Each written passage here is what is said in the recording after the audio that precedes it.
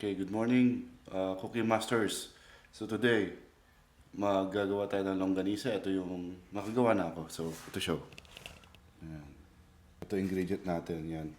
Giniling na baboy. Nilagyan ko siya. 3 kg yan. Nilagyan ko ng 5 tablespoon ng salt, 8 tablespoon ng brown sugar, pepper, paprika, mga 4 tablespoon ng paprika, tsaka annatto powder, 1 pouch ng annatto powder. Tapos, ilalagay natin siya dito sa sausage maker natin. Yan. So, sige, lagay ko lang to. So, pag maglalagay kayo ng longganisa mixture nyo, dyan, ilagay nyo lang dyan. Make sure walang hangin. So, isiksik nyo ganyan. Dapat wala siyang hangin. Kasi, pag naghangin yan, mahirap ipasok. Pero may remedyo tayo doon. So, papakita ko sa inyo kung paano remedyohan. So, yan. Siksik na lang lahat yan. Okay, so yan. Siksik na natin. Shoot na natin to. So, ito, hog casing.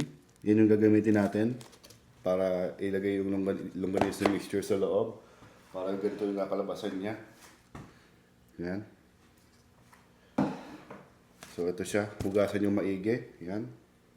Ilalagay nyo rito sa ating meat sausage maker, okay? Ayan o. So, sinushoot ko lang siya dyan. Ayan. Hanggang sa mga sagad natin siya rito. So, yan. Yun yun. Push yung ng ganyan. Alalayan nyo lang. Ngayon, pag may nakita kayong butas, I mean na air, gumamit kayo ng toothpick. Ganunin nyo lang, oh, manipis. Tapos, gano'n lang ulit. Gano'n lang yan. Ayan. Easy, oh. Oh, longganisa. Very easy, very quick.